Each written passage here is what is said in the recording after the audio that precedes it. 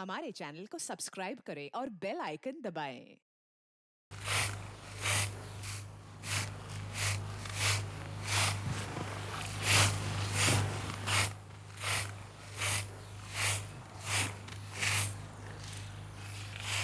अरे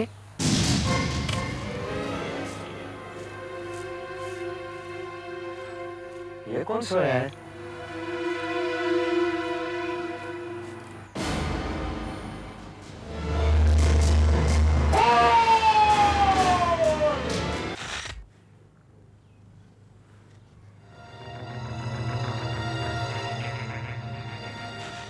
इसके शरीर में अकड़न शुरू हो चुकी है। इसके शरीर की अकड़न इसकी छाती तक पहुंच गई है एसीपी साहब। मेरे ख्याल से इसकी मौत कोई 8-9 घंटे पहले हुई होगी। अभी 7 बजे, इसका मतलब है मौत 10 या 11 बजे के बीच हुई होगी। एक बात और, इसकी छाती पर वार किया गया है। सर, फ्रेडरिक्स, ये चाबी भी दी। सर, से देखिए वॉलेट।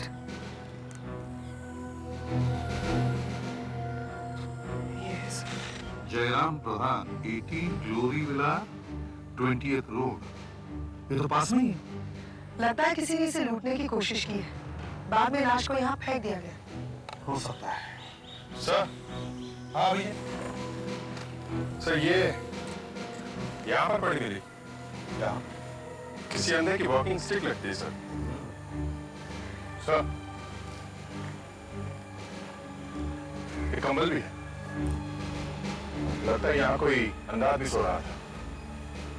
ताज्जुब है, अगर वो आदमी अंधा था तो अपनी स्टिक छोड़कर क्यों भाग गया? जरूर उसने कुछ सुना हो और डर के मारे ऐसे भागा कि उसे इन चीजों का ध्यान ही नहीं रहा। उसे यहां से भागना पड़ा है। पहले हम जयराम के घर चलते हैं।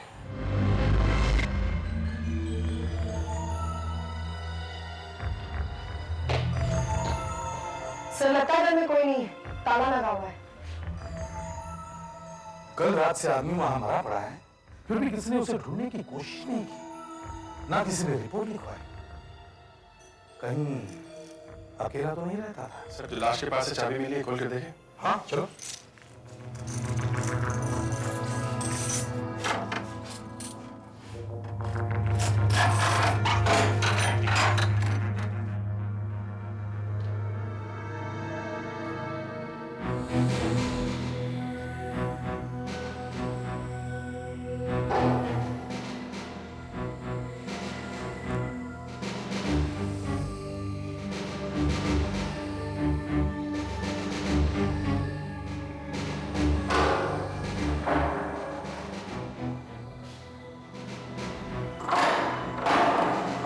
ये दरवाजा बंद क्यों है?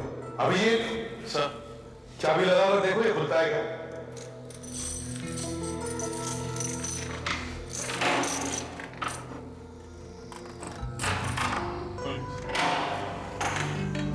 अरे ये क्या? ओ, टीवी, वीसीआर, साउंड सिस्टम, घड़ियां, ये सब क्या है भाई? शौक नहीं है सर, धंधा है। ये देखिए, दुकान का मार्क है इसमें, जयराम मनी लेंडर्स। यह आदमी साहूकार था, महाजन। लोगों को सूद पर पैसा देता होगा, उनकी चीजें गिरवी रखता होगा। ये सारी चीजें गिरवी रखी हुई है। अभिजीत, देखो तो सेफ खुला है क्या? प्लीज देखता हूँ जयराम की चाबी मुझसे कोई लगती है। चलो।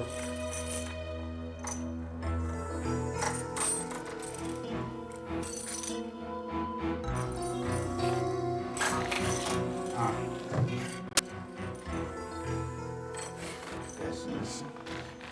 100, 500, 1,20,000 रुपए। और ये एनवेलप, इसमें भी पैसे हैं सर।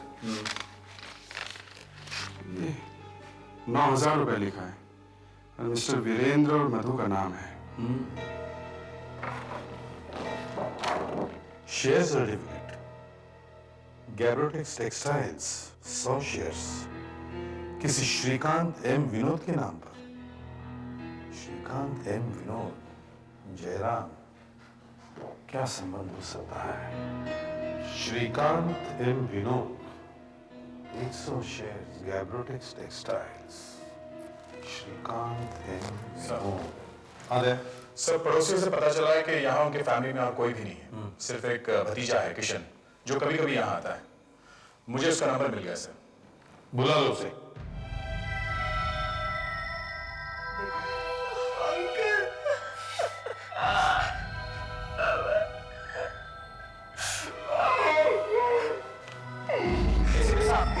मौत लगभग 11 बजे हुई और वार भी किसी चाकू से किया गया है। इसके घाव के निशान को देख करके मैं कह सकता हूँ कि चाकू लगभग 6 इंच लंबा और 1 इंच चौड़ा रहा हो।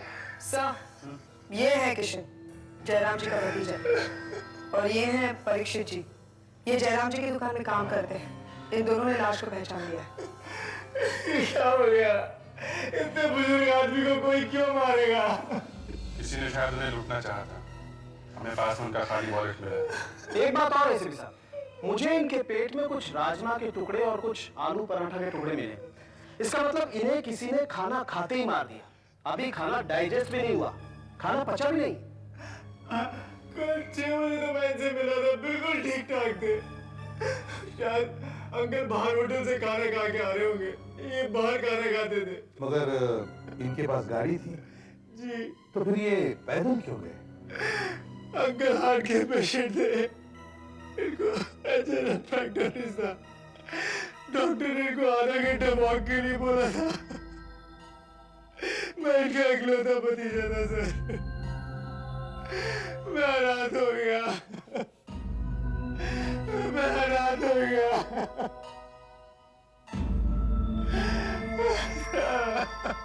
मेरा कोई नहीं, इस दुनिया में मेरा कोई नहीं।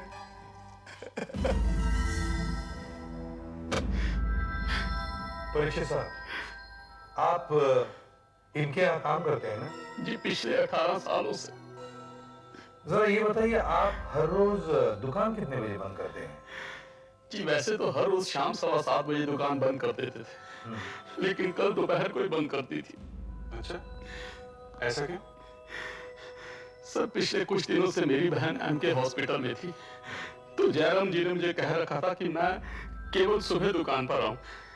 कल जयराम जी की तबीयत अचानक खराब होगी, तो मैं दुकान बंद करके सीधा उनके घर चला गया और उनको 9,000 रुपया दे दिया, जो लोगों की पेमेंट आई थी। उसके बाद मैं सीधा उनके घर से हॉस्पिटल चला गया। बस वो मेरा उनसे आखिरी बार मिलना था।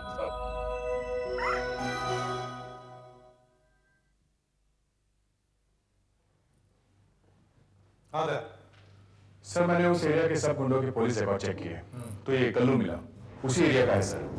2 बार पकड़ा जा चुका है। ऋत्विक पार्क के पास लोगों को चाकू दिखाकर लूटते हुए 1.5 साल की सजा भी काट चुका है। 3 महीने पहले सर जेल से छूट कर आया है। अच्छा, पहले तो सिर्फ लूटता था, अब खून भी कर दिया चाकू से। नहीं साहब, मैंने काम छोड़ दिया साहब। अब मैं स्प्रे पेंटिंग करता हूँ साहब, कार पेंट करता हूँ साहब, और मेरा स्कूल से कोई लेना देना नहीं है साहब। तुम ये बताओ कि कल रात 11 बजे तुम कहाँ थे? मैं वक्त साहब था साहब, काम कर रहा था। अगर आप लोगों को मेरी बात पर भरोसा नहीं है साहब, तो आप मेरे मालिक से पूछताछ कर सकते हैं। मैं सुबह 5 बजे तक वहीं था। और एक बात बोलूँ साहब, जिसने भी ये काम किया है ना साहब, बहुत ही घटिया किस्म का आदमी रहा होगा, वरना इस बूढ़े आदमी को क्यों मारता हो? जरूर कोई सर फिरा रहा होगा, जरूर कोई गरदुल्ला होगा, टैक्स लेने वाला। अच्छा, ये हमें वही पास में मिला, किसी अंधे का होगा, सो रहा होगा। इसके बारे में तुम कुछ बता सकते हो? हाँ साहब, इसके बारे में तो जरूर बता सकता हूँ। ये जरूर खरियाली का होगा, वही पार्क में सोता है। खड़ियाली? ये कैसा नाम है? नाम तो नहीं मालूम साहब, अंधा है, टूटी फूटी घड़ी पहनता है, चलती नहीं है साहब, फिर भी वो पहनता है। भिखारी है, यही बगल में नाके में रहता है। आपको वो वही मिलेगा साहब। मदद करो साहब, गरीब बंदे की मदद करो साहब, अंधे की मदद करो।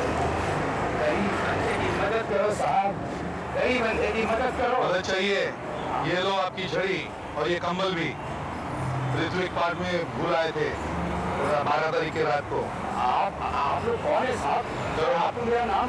डरो मत घड़ियाली, एसीपी प्रतिमल सियागी से हूँ। 12 तारीख की रात को क्या हुआ था वहाँ? मैं तो समझा नहीं साहब। तो वहाँ पे घर से भाग गए थे, अपना कमल खरीद हो। क्या हुआ था बताओगे? कि सीआईडी ऑफिस के लिए वहाँ बताओगे? मैं तो सो रहा था साहब। मैं सो रहा था साहब वहाँ बेंच पर, जहाँ हर रोज सोता हूँ साहब। वहाँ पर बहुत जोर से आवाज हुई और मैं जाग गया।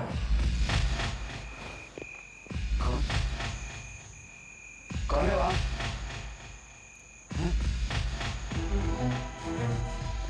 मुंह पे गर्म लगता है। बत्ती जलाई है क्या? कौन? मुझसे क्या चाहिए? मैं अंधा हूँ साहब, मैं भीख मांगता हूँ। मुझसे क्या चाहिए? बोलो, बोलते क्यों नहीं? सचमुच अंधे हो?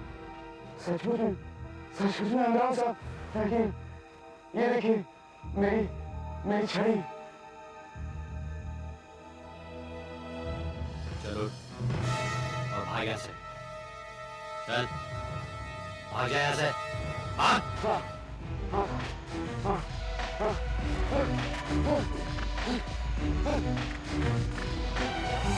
कैसे बताऊं साहब कि वो कौन था? मैं बहुत डर गया था साहब, बहुत डर गया था। और कितने लोग थे? मैं छड़ी छोड़कर भागा भी साहब। हाँ, लेकिन कितने लोग थे? चीख की आवाज सुनी थी, चीख की। और मेरे कान बहुत तेज है साहब, मैंने कोई चीख नहीं सुनी। अच्छा ये बताओ कितने लोग थे? तुमने पैरों की आवाज से तो तुम्हें पता चला होगा। हाँ साहब, पैरों की आवाज से लगता था कि एक ही आदमी। घड़ियाली, ये बता सकते हो कि कितने बजे थे उस वक्त? अंधे से टाइम पूछ रहे हैं साहब। मेरे लिए क्या दिन और क्या रात। अरे साहब, रात का 10 बजा होगा, क्योंकि मैं गाड़ी की तरफ आया था तो मैंने दुकानों के शटर बंद होने की आवाज ही सुनी थी साहब। अच्छा ये बताओ, तुमने बताया था गाड़ी से कुछ आवाज आ रहा है? हाँ साहब। कैसी आवाज थी? अब मैं कैसे बताऊं साहब? वो जो जहाँ से धुआं निकलता है ना साहब। साइलेंसर? हाँ साहब, हाँ साहब, हाँ। उसके फटने की आवाज थी, पटाखों जैसी आवाज थी साहब। लेकिन साहब एक बात बोलूं, गाड़ी की हालत बहुत खराब थी। पुरानी गाड़ी होगी, मेरे ख्याल से वही गाड़ी है। अच्छा घड़ियाली जी, तुम हमारे साथ चलो। हैं? चलो आओ, डरो मत।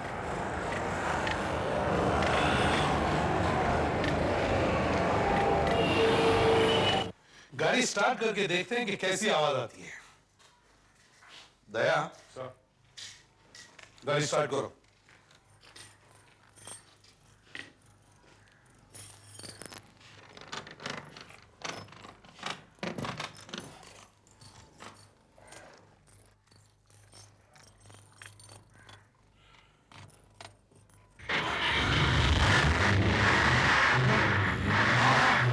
ऐसी आवाज थी साहब, ऐसी आवाज, यही आवाज है। ये गाड़ी है साहब।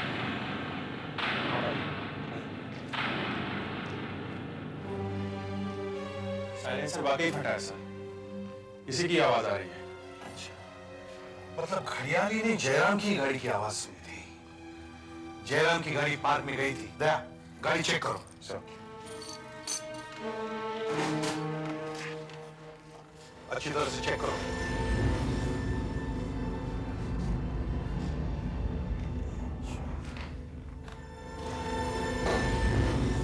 सर, हाँ भाई, यहाँ पर खून के धब्बे हैं सर।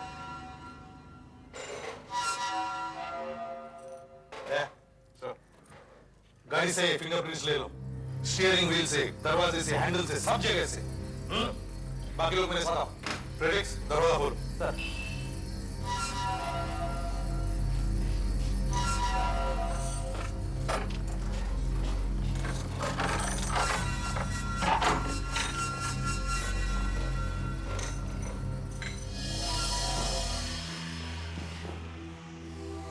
सूखा हुआ खून है। लगता है किसी ने पोंछने की कोशिश की मगर खून टाइल्स में रह गया। इसे जयराम के खून के साथ मिला के देखेंगे। इसका मतलब है जयराम का खून यहाँ घर पर हुआ है। यह कोई पार्क में लूटने वूटने का केस नहीं है। बाद में लाश को गाड़ी में डालकर पार्क में फेंक दिया गया होगा। और फिर कातिल यहाँ आया और गाड़ी छोड़कर चला गया। सर, आ गया। सर कार के स्टीयरिंग पर, हैंडल पर और दरवाजे पर कोई भी निशान नहीं है। सब कुछ अच्छी तरह से साफ कर दिया गया है। सेफ में लाख रुपए से ज्यादा पैसे पड़े हैं। जयराम के कीचेन में सेफ की चाबी है, फिर भी पैसे वैसे के वैसे किसी ने हाथ तक नहीं लगाया। इसका मतलब है जयराम का खून पैसे के लिए नहीं हुआ, ये कोई और ही मामला है। सर, किशन जयराम का इकलौता वारिस है। हो सकता है ये काम उसी का हो। सर, आशा, सर किचन में ये प्लेट मिली है, इसमें राजमा के कुछ दाने हैं और डस्टबिन में ये एल्यूमिनियम फॉइल मिला है। सर, इसमें आलू पराठे के कुछ टुकड़े हैं। मतलब जयराम ने खाना बाहर जाकर नहीं खाया, उसने घर पर ही खाना खाया और खाना खाते ही उसे मार दिया गया यहीं पर। आसपास के सभी होटलों में जाकर चेक करो, पूछो उस रात यहां खाना देने कौन आया था।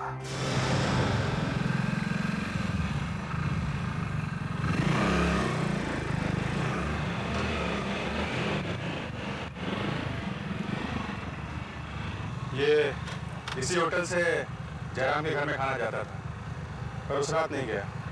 मैंने भी 4 रेस्टोरेंट चेक किए सर, 2 में तो आलू पराठे बनते ही नहीं है और बाकी 2 घर में खाना नहीं बेचते। इधर पायल और स्वागत है, वो मैंने चेक किया, उनके यहाँ भी होम डिलीवरी नहीं। सुधाकर को भी कुछ पता नहीं चला सर। एरिया के लगभग सारे होटल चेक हो गए, किसी के यहाँ आलू के पराठे नहीं है, किसी के यहाँ होम डिलीवरी नहीं है। ये जयराम के घर खाना गया कहां से?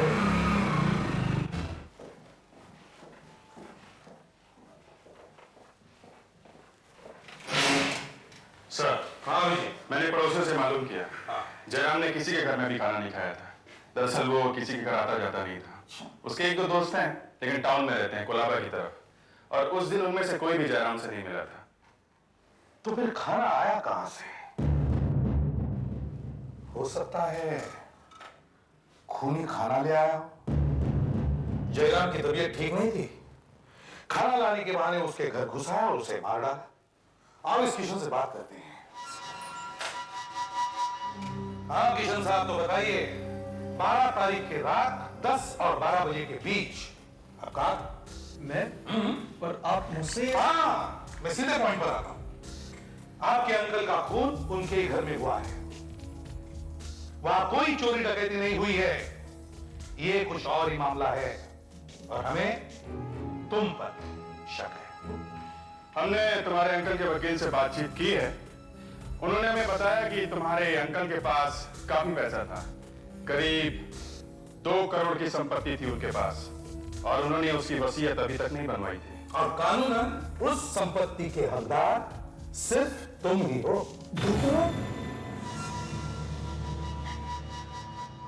अब मुझे पता तो था कि अंकल के पास पैसा है, लेकिन इतना पैसा है ये मुझे नहीं पता था।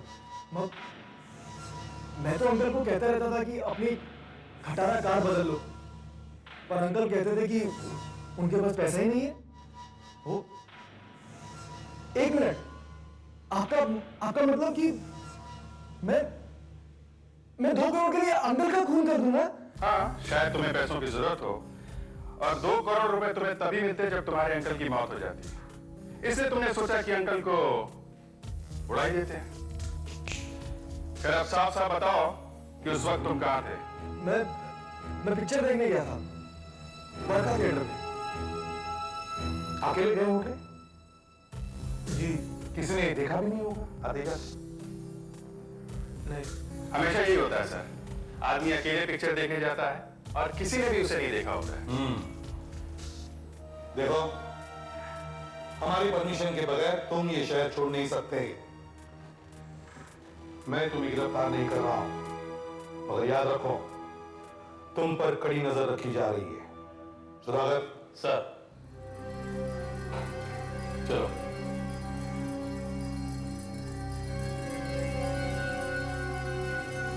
उसे देखिए। याद रखो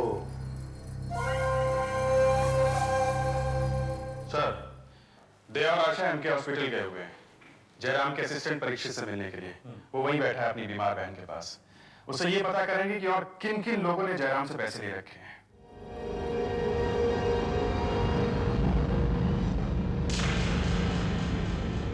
जी बताइए। परीक्षित जी, एक बात बताइए, इन दिनों किसी के पैसे आने वाले थे क्या? जी हाँ, मैंने आपको बताया था ना, उसी दिन 9,000 रुपये आया था मधु और वीरेंद्र साहब का। और एक मिस्टर माइकल थे जिन्होंने 2 लाख रुपया देना था। वो खुद जयराम जी के घर जाने वाले थे पैसा देने के लिए, क्योंकि जयराम जी की तबीयत खराब थी ना। उसी दिन? जी हाँ, उसी दिन जिस दिन खून हुआ।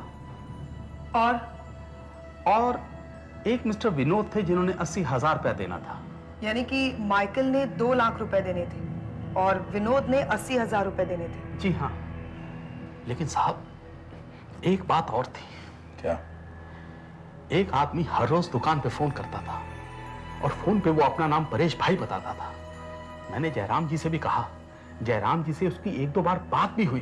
बाद में जयराम जी ने कहा कि अगर उसका फोन आए तो उसे कह दो कि वो दुकान पे नहीं है। किस लिए फोन करता था वो? उस दिन उसका फोन आया था क्या?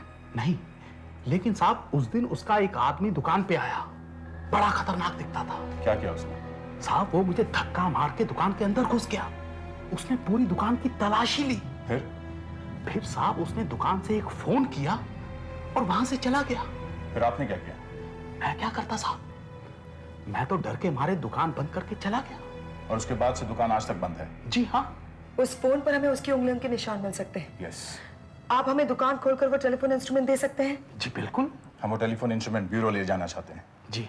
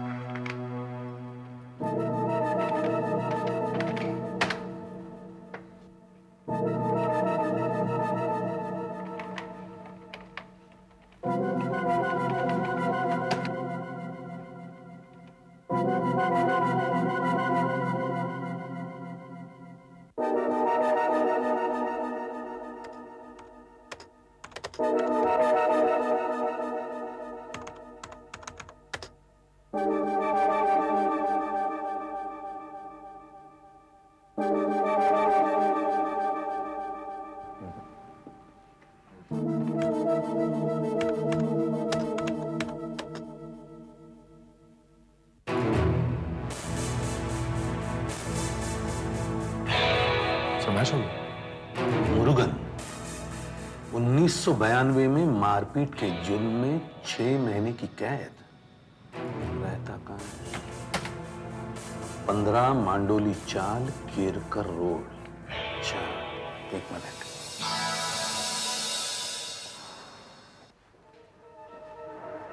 सुधाकर सर। परीक्षित साहब को लेकर आओ। परीक्षित जी चलिए।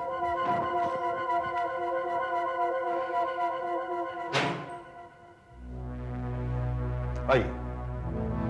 सॉरी सर, मैं जरा हॉस्पिटल गया था इसलिए आने में थोड़ी देर हो गई। कोई बात नहीं, कोई बात नहीं, बस एक छोटा सा काम है। जी। आप जरा फोटो देखकर बताइए कि क्या ये वही आदमी है जो आपके दुकान में आया था? आइए ना, यहाँ जरा ध्यान से देखिए। यही है, बिल्कुल यही है, यही है वो पहलवान सर। यही है जी। मुरुगन, मुरुगन को लेकर आओ। जरूर जयराम के खून से इसका संबंध है। हेलो एसीपी साहब, दया बोल रहा हूँ। सर मैंने मांडोली चाल चेक कर लिया सर, पर वहाँ मुरुगन के बारे में कुछ पता नहीं चला। लगता है वो वहाँ रहता तो था, मगर कुछ 10 महीने पहले वो एरिया छोड़कर चला गया सर। सर नहीं सर, कोई कुछ बोलने के लिए तैयार ही नहीं है। पड़ोसियों ने तो अपने मुंह पर टेप लगा रखी है। फिर पास वाले चाल में एक टपोरी मिल गया सर, बिल्कुल तोता निकला। 2-4 दाने डाले तो फटाफट बोलने लगा। बता रहा था कि मुर्गन दारू का गुलाम हो गया है सर। सर मैं वही करके आ रहा हूँ सर। इतने अड्डों में जा चुका हूँ कि अब मेरे कपड़ों में से दारू की बू आ रही है अभी और एक बार जा रहा हूँ। अगर वहां कुछ पता चलता है तो मैं आपको फोन करके बताता हूँ सर। हाँ sir, okay, thank you sir. Sir, mister Vinod. हाँ मिस्टर विनोद, आपने मिस्टर जयराम की 80,000 रुपये देने थे ना? जी देने थे, वो ठीक है, पर उसके लिए मेरे पास अभी 2 दिन का टाइम बाकी था। और वैसे भी मैंने अपने 100 शेयर्स उनके पास अमानत के तौर पर रखे हुए थे। आपको मालूम मेरे शेयर्स की कीमत कितनी है? 1 लाख रुपए, और जबकि मुझे देने थे उनके कुल 80,000 रुपए। ये कैब्रोटेक्स टेक्सटाइल के शेयर थे ना आपके? जी हाँ सर, वही जो जयराम की सेफ में रखे थे। जी हाँ वही। अब भला आप बताइए, ऐसे में क्यों उनका खून करने लगा मैं? अच्छा एक बात बताइए, 12 तारीख की रात को आप कहां थे? जी मैं तो अपने घर पर ही था। अच्छा, और आप माइकल साहब, आपको क्या कहना है? देखिए साहब, मैं जयराम के घर शाम के करीब 5:30 बजे पहुंचा था और उन्हें पैसे देकर आया था।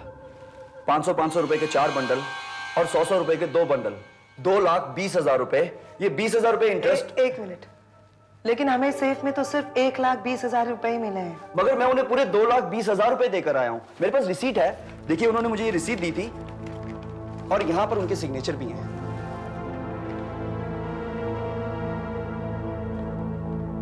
साहब, मैं जब उनके घर से निकला था तो वो बिल्कुल ठीक ठाक थे। आप ये बात उससे पूछ सकते हैं, वो किशन से। जब मैं उनके घर से निकल रहा था तो वो अंदर घुस रहा था। हाँ वो तो हम उससे पूछेंगे ही, और ये भी पता करेंगे कि ये रसीद असली है या नकली। ये देखिए, ये जयराम के सिग्नेचर है। ये मैंने उसके ऑफिस में जो पेपर्स थे वहां से उठाए।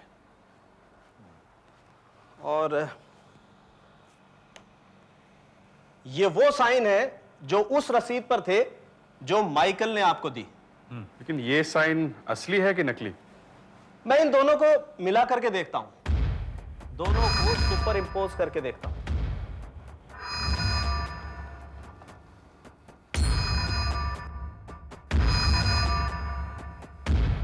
ये देखिए, ये दोनों साइन एक जैसे हैं। ये इसका मतलब जयराम के ही साइन है। इसका मतलब माइकल ने पैसा जरूर लौटाया होगा एसीपी साहब। तो फिर सेफ में से पैसा गया कहां? सेफ में से 1 लाख रुपया गया कहां? सर। आशा, सर किशन, मैंने इससे पूछताछ की। इसने माइकल को अपने अंकल के घर से निकलते हुए देखा था। इसका मतलब है माइकल ने तुम्हारे अंकल को नहीं मारा, मगर तुम ये जरूर जानते थे कि माइकल वहां पैसे लाया है और 1 लाख रुपए के लालच में तुमने अपने अंकल को मार दिया। शायद। सर ये आप क्या कह रहे हैं? मैं अपने अंकल, वो तो मेरे अंकल थे सर। सर आ गया। कुछ पता चला मुर्गन का? नहीं सर, किसी को उसके बारे में कुछ नहीं पता। फिर मुझे एक आइडिया है सर।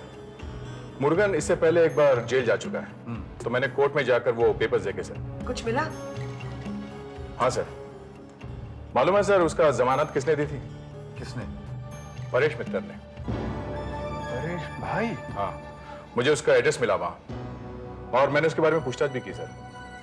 वो तो बहुत ही पहुंचा हुआ आदमी है सर। उसका बेटिंग का धंधा है और वो एक बुकी है। वो जयराम को लगातार फोन करता था, लेकिन उसका जयराम से क्या काम? हमें परेश भाई को मिलना चाहिए। हाँ तो परेश भाई, अरे साहब लोग, जयराम को 50 बार फोन क्यों करता है? इस पहलवान को क्यों भेजा तूने उसके ऑफिस में? साहब जयराम से अपना कोई लेना देना नहीं है। उसका भतीजा है ना किशन, उसने हमारा बहुत पैसा देने का है। किशन? किशन? हाँ साहब, उसको बेटिंग का बहुत चस्का है। उसने 1 लाख रुपए देना था हमारा, पर देने का नाम नहीं। फिर पता चला कि जयराम उसका चाचा है। तब मैंने जयराम को फोन किया। फिर जयराम ने क्या कहा? उसने पैसे देने से मना कर दिया। उसने कहा जिसने किया वो भुगतेगा। तब मैंने ये मुर्गन को भेजा। सेफ में से 1 लाख रुपया गायब है और जयराम भी मर गया। साहब हमने कुछ नहीं किया साहब। मैंने सिर्फ किशन को फोन किया था और उससे कहा था कि आज रात तक मुझे पैसा चाहिए, नहीं तो हाथ पैर तोड़ देगा। हाँ साहब, और उसी रात मुझे सारा पैसा वापस मिल गया। तुम्हारा सारा पैसा वापस मिल गया? 1 लाख रुपए वापस मिल गए? हाँ साहब, रात को कोई 12:30 बजे थे, किशन खुद आया था पैसे देने। आप उससे पूछिए ना। मैं मानता हूँ साहब, मैं जुआ खेलता हूँ। मैं ये भी मानता हूँ कि मैंने परेश भाई को 1 लाख रुपए देना था। तुम जानते थे कि अगर तुमने परेश भाई का कर्जा नहीं लौटाया तो परेश भाई कुछ भी कर सकता है, इसलिए तुम अपने चाचा के पास गए पैसे मांगने के लिए। उन्हें खुश करने के लिए तुम उनके लिए खाना भी ले गए, फिर भी तुम्हारे चाचा ने मना कर दिया, इसलिए गुस्से में आकर तुमने उन्हें मार डाला और फिर सेफ में से 1 लाख रुपए ले लिए। नहीं साहब, नहीं, ये झूठ है साहब। साहब मैं वहां गया जरूर था, लेकिन मैं कोई खाना वाना लेकर नहीं गया था। मैं तो अंकल से पैसे मांगने गया था। मैंने उनसे बहुत मिन्नत की साहब, लेकिन उन्हें मुझे पैसे नहीं दिए और मुझे घर से बाहर निकाल दिया। फिर तुमने परेश के पैसे कहाँ से लौटाए? हाँ, शाम तक तो तुम्हारे पास पैसे थे नहीं और रात में तुम्हारे पास 1 लाख रुपए आ गए। कहाँ से आए पैसे? कहाँ से? मेरा एक दोस्त है अमरीश, मैं उससे पहले भी पैसे मांग चुका हूँ। मैं अब उससे पैसे मांगना नहीं चाहता था, पर परेश भाई के डर की वजह से मैं फिर से उसके घर पहुंच गया था। मैंने उससे बहुत मिन्नत की, 1 घंटा उसे पटाया, फिर उसने मुझे पैसे दे दिए। अच्छा, अमरीश तुम्हारे कॉलेज का दोस्त है? जी। उसका पता क्या है? ये अमरीश को भी अभी जाना था। यही तुम्हारे दोस्त का घर? जी। कहाँ है वो? सर, मैं पड़ोसियों से पूछकर आ रही हूँ। अमरीश लंदन गया है, 15 दिन बाद लौटेगा। सर आप मेरा विश्वास कीजिए, 12 तारीख की रात को ही मैंने अमरीश से पैसे लिए थे परेश भाई को देने के लिए। देखो, कहानी मत बनाओ। तुम्हें पता था वो देश के बाहर है, इसलिए मुझसे पूछेंगे कैसे? देखो, परेश भाई तो तुम्हें छोड़ने वाला नहीं था, इसलिए तुमने अपने अंकल को पटाने की कोशिश की, लेकिन कोई फायदा नहीं हुआ। नहीं सर, मेरा विश्वास कीजिए, मैंने अपने अंकल को नहीं मारा है। अब तो अंकल का सारा माल मतलब तुम्हारा ही है। अपने लिए महंगा सा वकील कर लो, फंस चुके हो तुम।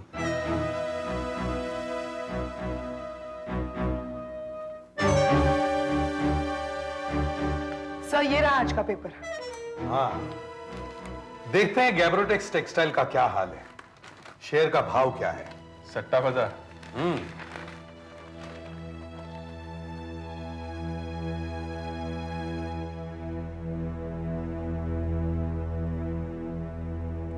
गैब्रोटेक्स टेक्सटाइल्स 350 रुपये। व्हाट? सिर्फ 350 रुपये? लेकिन सर सिर्फ 350 रुपए से क्या मतलब निकलता है? देखो, विनोद ने जयराम से 80,000 रुपये उधार लिए, जिसके बदले में उसने अपने शेयर्स गिरवी रख दिए। अगर उसके शेयर की कीमत 80,000 रुपये नहीं होती तो उसे उधार मिलता ही नहीं, लेकिन ऐसा नहीं हुआ। विनोद के शेयर्स की कीमत सिर्फ 35,000 रुपये है, मगर उसने उधार लिए 80,000। यही कुछ गड़बड़ है, यही कुछ गड़बड़ है।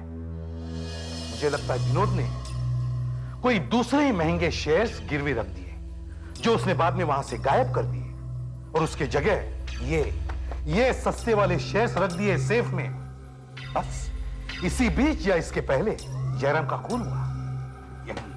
यही कुछ गड़बड़ है। सर हॉस्पिटल चलते हैं, वहां परीक्षित से पूछते हैं कि शेयर्स यही वाले थे या दूसरे। उसे जरूर पता होगा।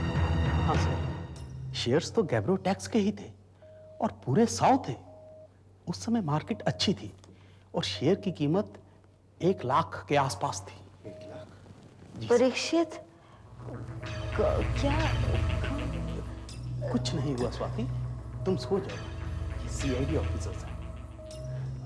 अच्छा, तो आप लोग जयराम जी के खून के बारे में पूछताछ करने आए हैं क्या? जी हाँ।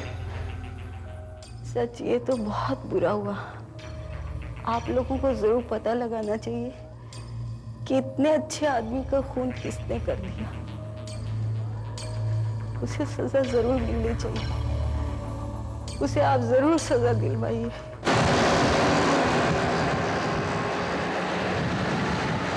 सब परीक्षित जी जो कह रहे हैं उससे एक बात बिल्कुल साफ है, विनोद खूनी नहीं है। और खूनी परेश भाई मुर्गन भी नहीं है सर। माइकल ने जो 2 लाख रुपए लिए थे उसे तो लौटा दिए, तो खूनी वो भी नहीं हो सकता। लगता तो मुझे भी यही है, पर एक बात है, ये अब तक पता नहीं चला कि वो राजमा और आलू के पराठे आए कहां से। होटल वाला तो देकर नहीं गया। याद है बचपन में हम वो जिग्सॉ पजल का गेम खेलते थे, छोटे छोटे टुकड़े मिलाकर एक पिक्चर तैयार करते थे। कभी कभी एक टुकड़ा रह जाता था। बस हमारे इस केस का भी यही हाल है, एक टुकड़ा मिसिंग है, एक टुकड़ा नहीं मिल रहा है, इसलिए पूरी पिक्चर सामने नहीं आ रही है। एक बात और अजीब लगी सर, ये परीक्षित की बहन ने जयराम को अच्छा आदमी क्यों कहा? एक मिनट दे, एक मिनट रुको। रिवर्स लो।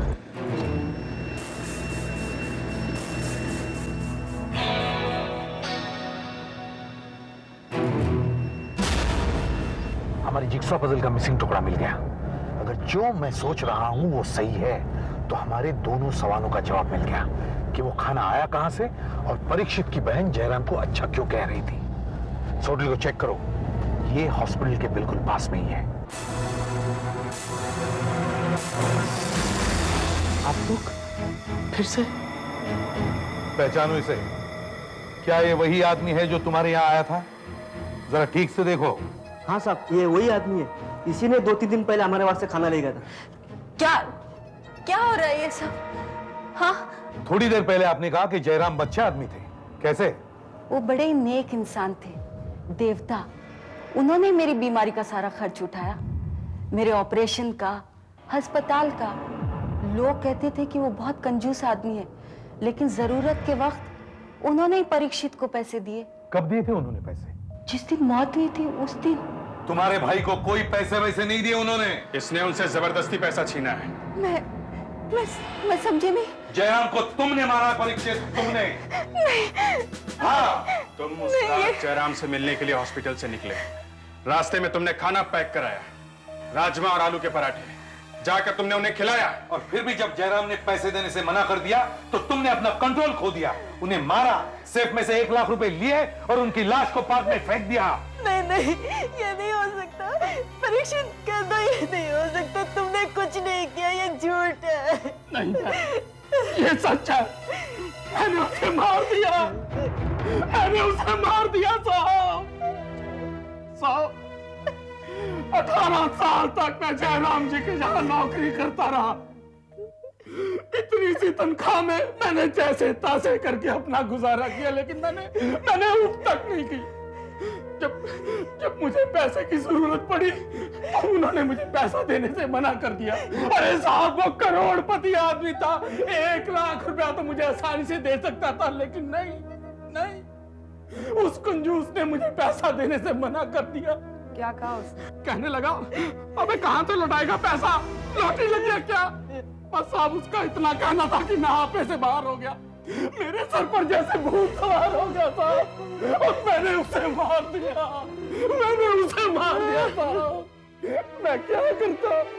मेरी बहन की जिंदगी का सवाल था साहब, मैं क्या करता?